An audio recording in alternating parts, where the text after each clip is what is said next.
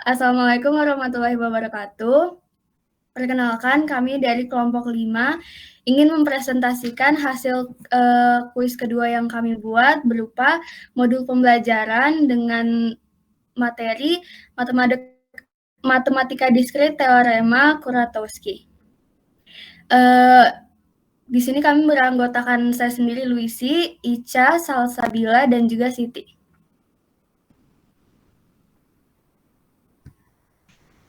Saya akan menjelaskan yang pertama yaitu pendahuluan. Nah, pernahkah Anda merasa kebingungan ketika mencoba merencanakan rute-rute jalan ke 5 tempat berbeda tanpa harus melewati jalan yang sama 2 kali? Atau mungkin Anda pernah mengalami kesulitan ketika mencoba menghubungkan beberapa perangkat elektronik dengan kabel tanpa ada yang saling bersilangan. Nah, jika iya, tanpa kita sadari itu, Anda telah berhadapan dengan prinsip yang dijelaskan dalam teorema Kuratowski loh. Nah, jadi teorema Kuratowski ini adalah salah satu teori penting dalam matematika diskrit, khususnya dalam teori graf. Nah, meskipun namanya itu terdengar rumit ya, konsepnya ini sebenarnya dekat dengan pengalaman kita sehari-hari. Nah, maka itu kita akan memberikan pemahaman dengan beberapa analogi sederhana. Nah, analoginya itu, pikirkan tentang jaringan listrik di rumah Anda. Jika Anda memiliki 3 alat elektronik, misalnya TV, kulkas, dan lampu, yang Anda perlu terhubung ke 3 stop kontak berbeda, Anda bisa dengan mudah mengatur kabelnya tanpa ada yang bersilangan. Nah, namun jika Anda memiliki 4 alat yang perlu terhubung ke 4 stop kontak dalam posisi tertentu, terkadang itu tidak mungkin kan menghindari pasti ada aja persilangan kabel. Nah, inilah yang dijelaskan dari teorema Kuratowski. Ada pola jaringan tertentu dikenal sebagai K5 dan K3, yang selalu membutuhkan persilangan garis saat digambar pada permukaan datar. Berikut adalah contoh dari penerapan atau analoginya. Nah, dalam dua ilustrasi ini, koneksi perangkat dan stop kontak sudah membentuk pola yang mirip. Kuratowski mengatakan dengan pola seperti ini pasti akan ada persilangan kabel, tidak peduli bagaimana kamu mencoba mengaturnya. Nah, jadi teorema ini tidak menyelesaikan persilangan, tapi justru memberitahu kita bahwa persilangan tersebut memang tidak bisa dihindari dan kita perlu mencari strategi lain, seperti menerima persilangan dan menempatkannya dengan baik atau mengubah struktur koneksi jika memungkinkan. Kemudian, sejarah dan latar belakang teorema Kuratowski. Nah, Kazimierz Kuratowski ini adalah seorang matematikawan Polandia yang lahir di Warsawa pada 2 Februari 1896. Nah, beliau ini juga merupakan salah satu tokoh paling berpengaruh dalam matematika Polandia di abad ke-20 dan dikenal sebagai salah satu pendiri sekolah matematika Warsawa. Teorema Kuratowski ini pertama kali dipublikasikan pada tahun 1930 dalam makalah berjudul Sur le Problem des Courbes Gauche and Topologie di jurnal Fundamental Matematik. Nah, teorema ini muncul sebagai bagian dari penelitian Kuratowski mengenai topologi dan teori graf. Latar belakang dari penemuan ini berakar pada kebutuhan untuk memahami batasan visualisasi graf di bidang datar, serta mengklasifikasikan sifat topologis graf dalam bidang matematika murni dan aplikatif, khususnya pada pemetaan jaringan, algoritma komputer, dan desain sirkuit elektronik. Kemudian akan saya serahkan kepada rekan saya.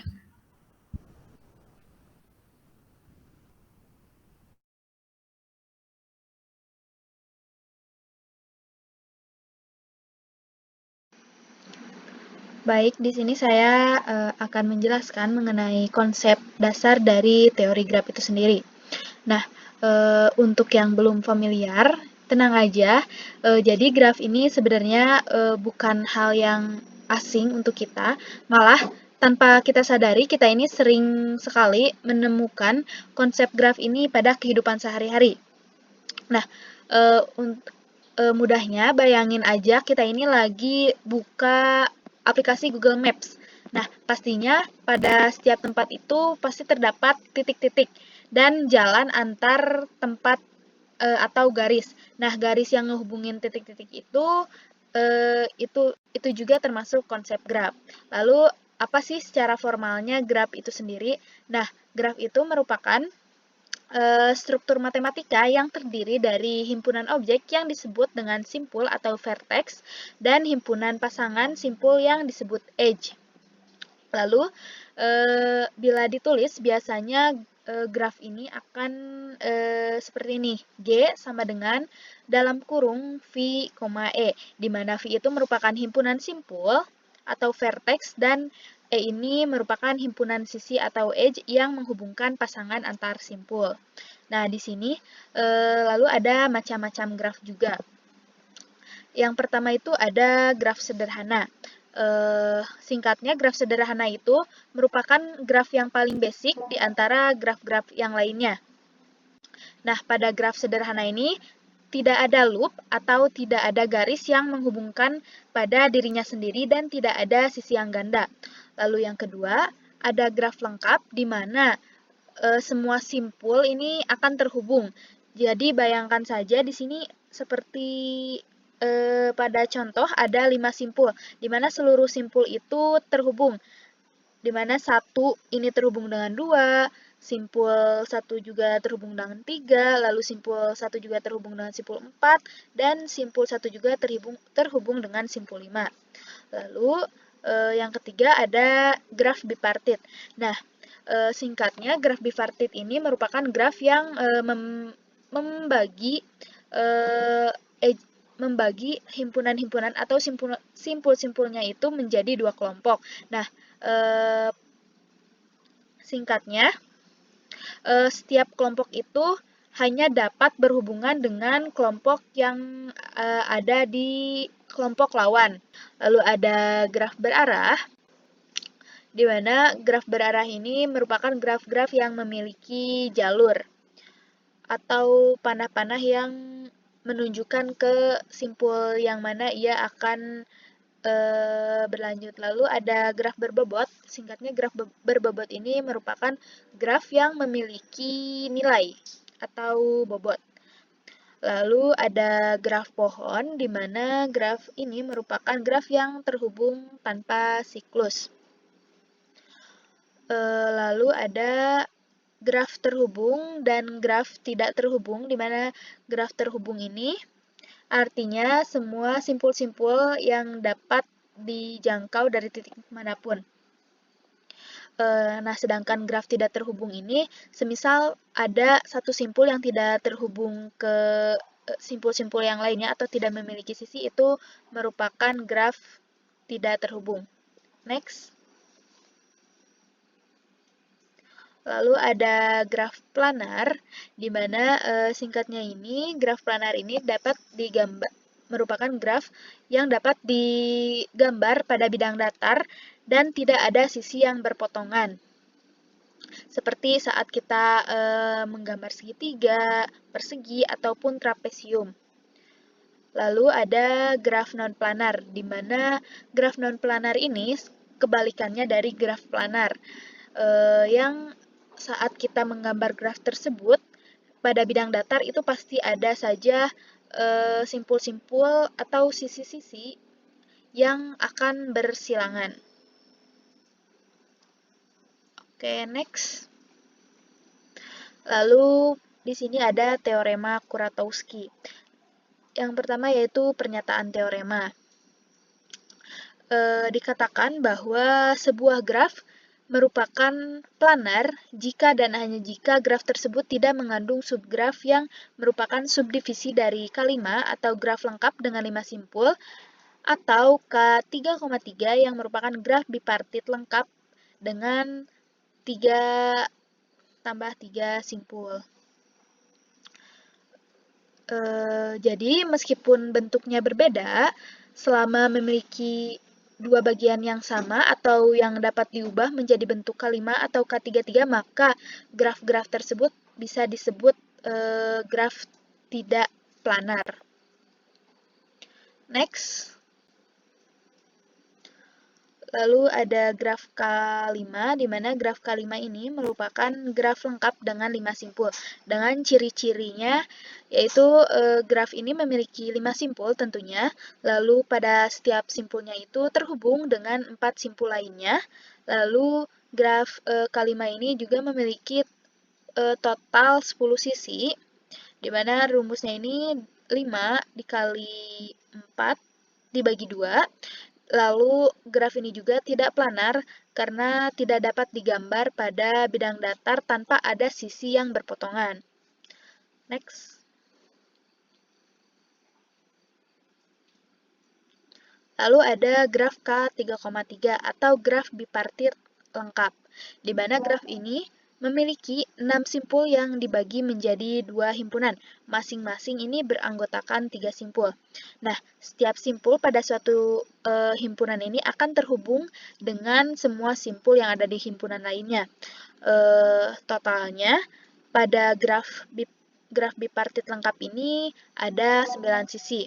Dan graf ini juga dikenal sebagai graf utilitas atau utility graph dan tidak planar.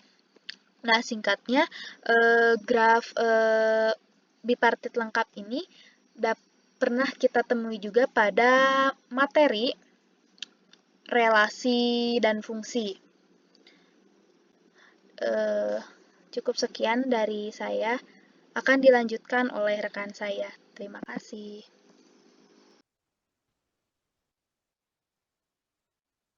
Oke, selanjutnya itu ada penerapan teorema Kuratowski. Seperti yang sudah disinggung sebelumnya, mengenai penerapan teorema Kuratowski, kali ini saya akan membahas lebih detail bagaimana penerapannya tersebut dan apa hubungannya dengan teorema Kuratowski. Contoh yang pertama itu ada untuk penggunaan desain PCB single layer, yang dimana PCB ini itu adalah papan tipis yang digunakan untuk meletakkan dan menghubungkan komponen elektronik seperti resistor, kapasitor, dan chip agar bisa bekerja bersama dalam satu rangkaian. Fungsi dari PCB ini itu untuk menghubungkan komponen elektronik satu sama lainnya melalui jalur tembaga. Selain itu, fungsi dari PCB ini itu untuk menata komponen secara rapi dan tetap. Juga membuat rangkaian elektronik menjadi lebih praktis dan tahan lama. Penerapannya pada teorema Kuratowski ini digunakan dalam membantu desainer PCB atau print circuit board untuk dengan cepat mengidentifikasi pola koneksi yang secara matematis tidak mungkin direalisasikan atau digambar tanpa persilangan jika menggunakan single layer. Hal ini sangat krusial karena persilangan jalur pada PCB single layer ini dapat menyebabkan hubung singkat atau kerusakan pada rangkaian elektronik. Dalam konteks ini, pola K5 dan K3,3 ini merupakan dua contoh graf tak planar yang tidak bisa digambar tanpa persilangan garis pada satu bidang. Jadi yang pertama itu ada PCB dengan menggunakan pola K5, yang dimana pola K5 ini merupakan pola graf yang memiliki 5 titik atau simpul dan setiap titiknya itu terhubung ke semua titik lainnya. Bisa dilihat di situ terdapat lingkaran kuning pada gambar yang dimana lingkaran tersebut itu menandai area di mana persilangan jalur tidak bisa dihindari. Mengapa demikian? Karena secara matematis pola K5 ini tidak mungkin digambarkan pada bidang datar tanpa adanya persilangan. Seperti yang sudah disebutkan pada teorema Kuratowski sebelumnya, hal ini itu merupakan bukti dari teorema Kuratowski yang menunjukkan bahwa K5 bukan graf planar. Bagaimana solusinya? Solusi dari PCB dengan pola K5 ini adalah menggunakan jumper wire. Jumper wire ini berfungsi sebagai jembatan agar satu jalur ini melewati jalur lainnya tanpa terhubung secara elektrik. Dengan ini, jalur bisa tetap terhubung tanpa harus bersilang di bidang PCB. Oke, next. Boleh next slide. Nah, selanjutnya itu penerapan PCB dengan pola K3,3, yang dimana pola K3,3 ini merupakan graf bipartit, seperti yang sudah dijelaskan dengan rekan saya sebelumnya. Sama seperti, jadi saya jelaskan dulu, pola K3,3 ini adalah pola yang memiliki dua kelompok titik dengan masing-masing 3 simpul, yang dimana semua titik di kelompok pertama ini terhubung dengan semua titik di kelompok kedua. Sama seperti pola K5 yang sudah dijelaskan sebelumnya, kalau kita mencoba menggambar K5 ini K3,3 ini di satu bidang, pasti akan ada garis yang saling menyilang. Ini tuh tidak bisa dihindari karena merupakan bukti dari teorema Kuratowski yang menyatakan bahwa K3,3 ini bukan graf planar dan tidak dapat direalisasikan pada bidang datar tanpa persilangan. Bagaimana solusinya? Solusi PCB dengan pola K3,3 ini sama seperti pola K5, yaitu menggunakan jumper wire, yang dimana jumper wire ini akan melompati jalur yang lain dan menghindari persilangan langsung di satu bidang. Hal ini merupakan cara agar koneksi tetap bisa dibuat tanpa membahayakan fungsi dari PCB. Lalu ada solusi lain untuk pengimplementasian PCB dengan pola graf non-planar K5 dan K3,3 diantaranya itu yang pertama dengan menggunakan jenis PCB double layer, yang dimana PCB jenis ini itu terdiri dari dua lapisan. Jalur-jalurnya dapat dihubungkan antar lapisan menggunakan via atau lubang berlogam yang memungkinkan jalur untuk berpindah dari satu sisi ke sisi lainnya, sehingga menghindari persilangan pada bidang yang sama. Selanjutnya itu ada multilayer, yaitu PCB yang terdiri dari lebih 4 lapisan, yang dimana biasanya PCB jenis ini itu dipakai untuk alat elektronik yang kompleks dan butuh performa tinggi. Untuk rangkaian yang lebih kompleks, PCB solusi ini ideal untuk rangkaian elektronik yang canggih yang memerlukan kepadatan komponen tinggi dan performa superior seperti pada perangkat komputasi modern atau peralatan telekomunikasi. Nah, jadi dengan lapisan tambahan ini, kita bisa menghindari persilangan jalur tanpa harus memakai jumper wire pada penerapan di PCB single layer. Oke, untuk contoh penerapan selanjutnya akan dijelaskan oleh rekan saya.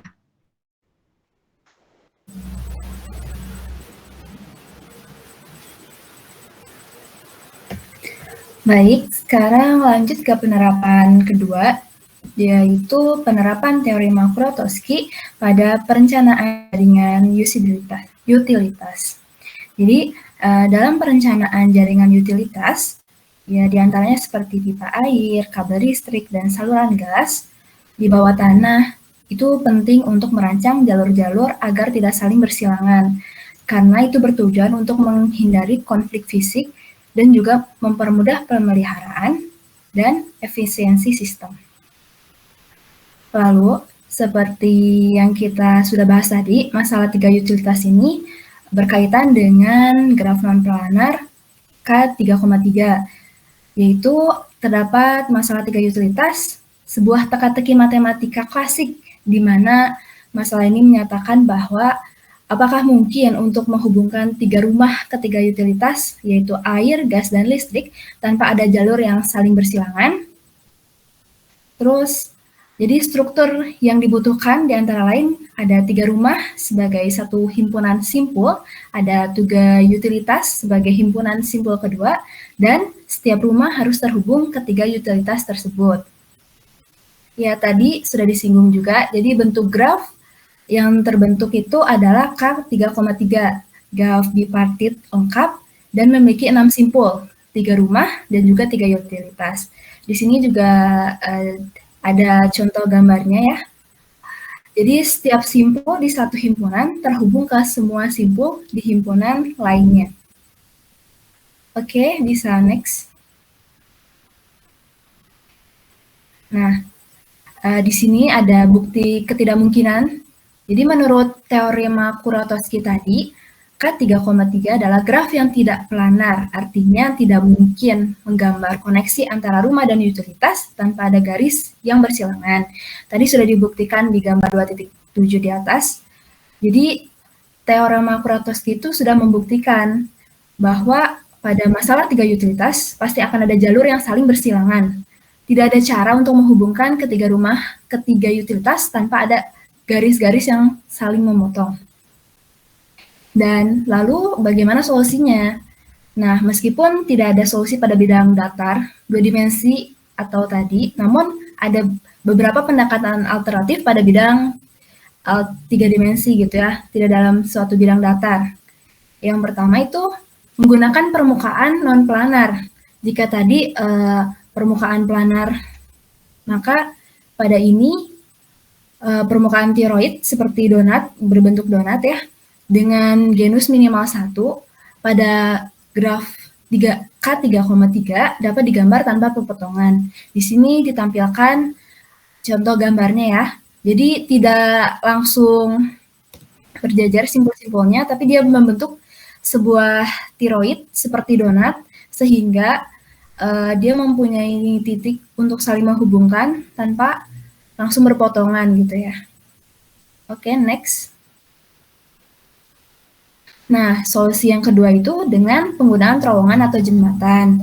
Nah, dalam aplikasi kehidupan sehari-hari ini juga sudah banyak digunakan ya tentunya. Jadi, terowongan dan jembatan ini digunakan untuk menghindari perpotongan fisik dan meskipun ya secara topologis atau jaringan terlihat masih berpotongan, namun akan menghindari perpotongan secara fisik jika tidak menimbulkan kerusakan apalagi sampai membahayakan ya.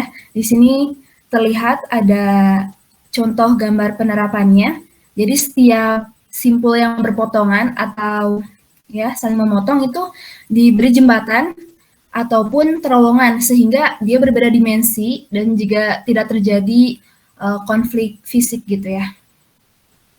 Oke, lalu ada solusi yang terakhir itu mengubah jenis graf. Jadi kan struktur graf tadi tidak memungkinkan agar tidak berpotongan. Jadi struktur graf sekarang diubah sehingga bukan lagi K3,3 murni. Misalnya dengan menambahkan simpul tambahan sebagai junction atau persimpangan. Nah, bisa dilihat di sini tuh ada banyak persimpangan-persimpangan.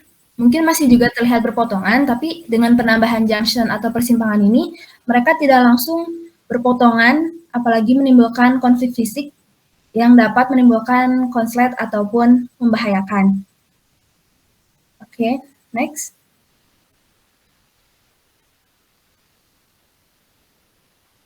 Baik, sekian presentasi tugas kuis 2 dari kelompok 5. Mohon maaf apabila banyak kekurangannya. Wabillahi taufiq wal hidayah. Wassalamualaikum warahmatullahi wabarakatuh.